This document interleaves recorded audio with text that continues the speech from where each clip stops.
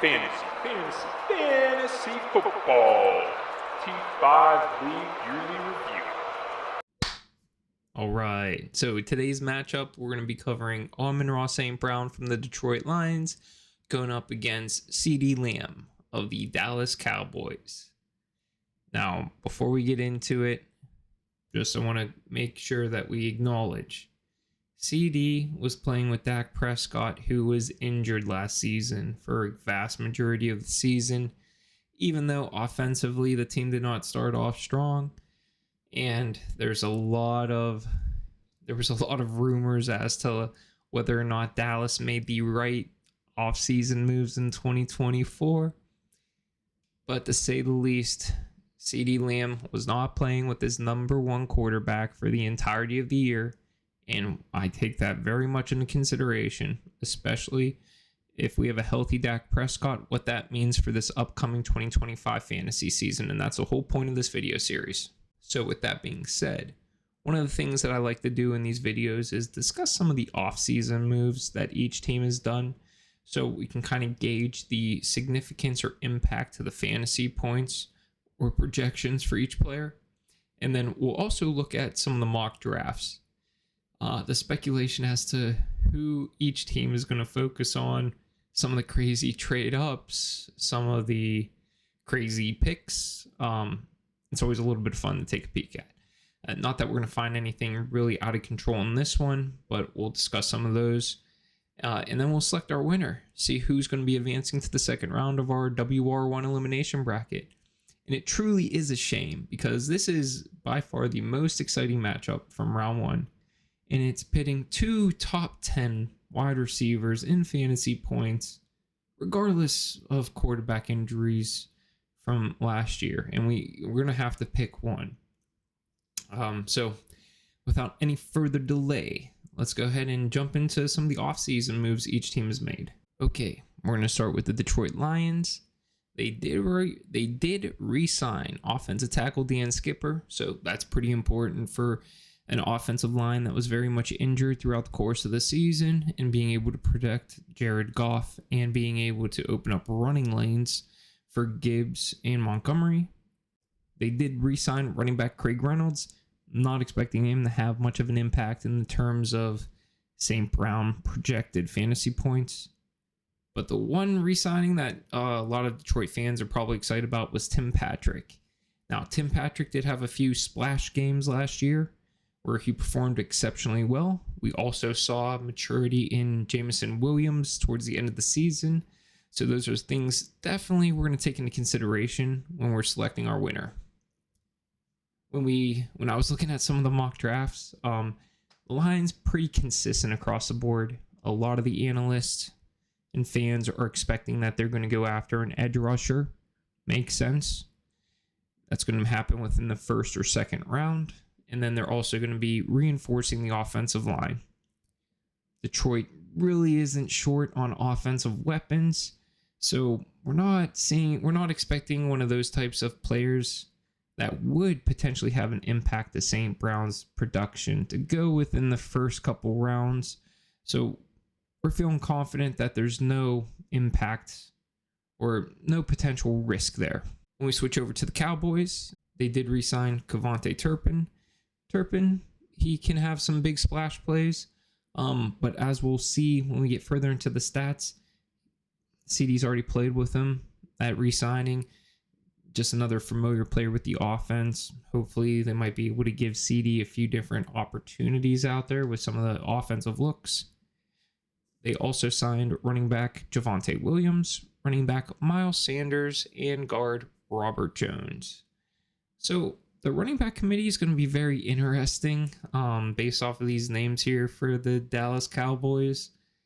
That's, if anything, I'm kind of favoring CeeDee here when it comes to his prospects for performance next year. One thing I found in common when it came to reviewing the mock drafts for the Dallas Cowboys is that they expect them to focus on offense. Now, these mock drafts, they had Cowboys making some crazy moves out of position 12. I've seen a few where they had them going after Tyler Warren, with Warren falling, tight end from Penn State. I also saw a few where they were just kind of their pick of whatever wide receiver option they wanted after Travis Hunter. So it's not crazy to think that they wouldn't go after like a potential wide receiver with their selection there. That could go a long ways for really helping CD avoid some of those horrible matchups that he gets on the defensive side of the ball, because they're always double covering him. So that, that's, we can be pretty optimistic as to if they were to go after a WR in that round, in round 1 or round 2 there. So, and it seems pretty possible. We'll have to find out. Okay, so now that we've looked at some of the offseason moves for the offensive side of the ball, and we also took a peek at some of the mock drafts out there, discussed just what we're seeing from the analysts and fans, we're going to go ahead and jump into the prior season stats and start doing our comparison.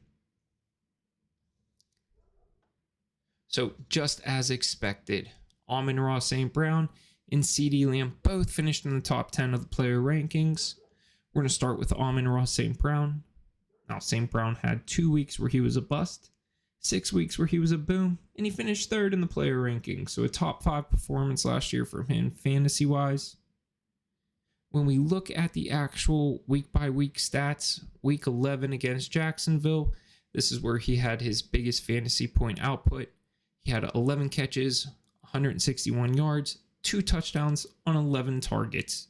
He did have 1 carry for -4 yards, but still managed to secure 38.7 fantasy points. When we switch over to CeeDee Lamb had 3 weeks where he was a bust, 4 weeks where he was a boom, and he finished number 8th in the player ranking, so he also top 10 performance there. When we dive into the individual week-by-week stats, his best week came against the San Francisco 49ers in week 8. He had 13 receptions for 146 yards, 2 touchdowns on 17 targets. He amassed 39.6 fantasy points during that game, his season high. So let's dive into the season totals for each of these players. Amon St. Brown, he had 115 receptions for 1,263 yards, 12 touchdowns on 141 targets. He had 2 carries for 6 yards, so little to no fantasy impact, and he finished with 316.8 fantasy points. CeeDee Lamb, on the other hand, he had 101 receptions for 1,194 yards, 6 touchdowns on 152 targets. He did have 14 carries for 70 yards, not very impactful either, and he finished with 263.4 fantasy points on the year. When we look at the stats just right side by side, it's efficiency. 115 receptions on 141 targets compared to 101 receptions on 152 targets. Now, targets are a huge thing that I like to focus on, especially when we consider this upcoming year. That Detroit offense is primed and ready to go. They have every piece that they need They have every piece that they need on the offensive side of the ball. Amon St. Brown still managed to get 141 targets last year. With him, you're like, you should give him 150 targets, but they might not need to. It really depends on what the new offensive coordinator does and what the team really decides on moving forward. When we go over to CeeDee, 152 targets is kind of exciting because we know he was still getting the opportunity to go out there and perform. He was playing without his number 1 quarterback.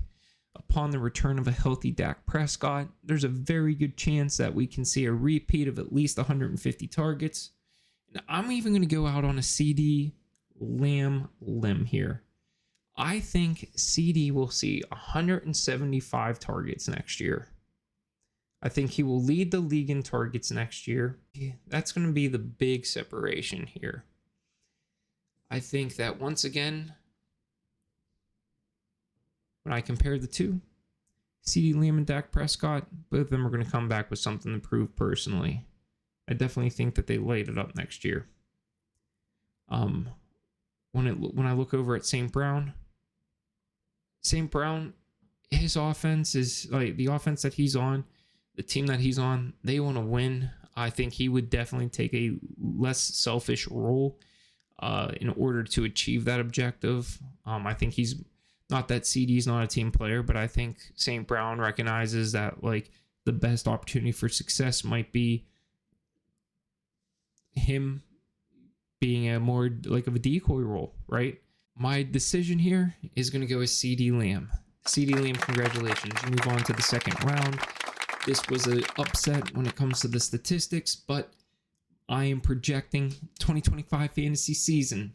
CeeDee Lamb will finish above Amon St. Brown.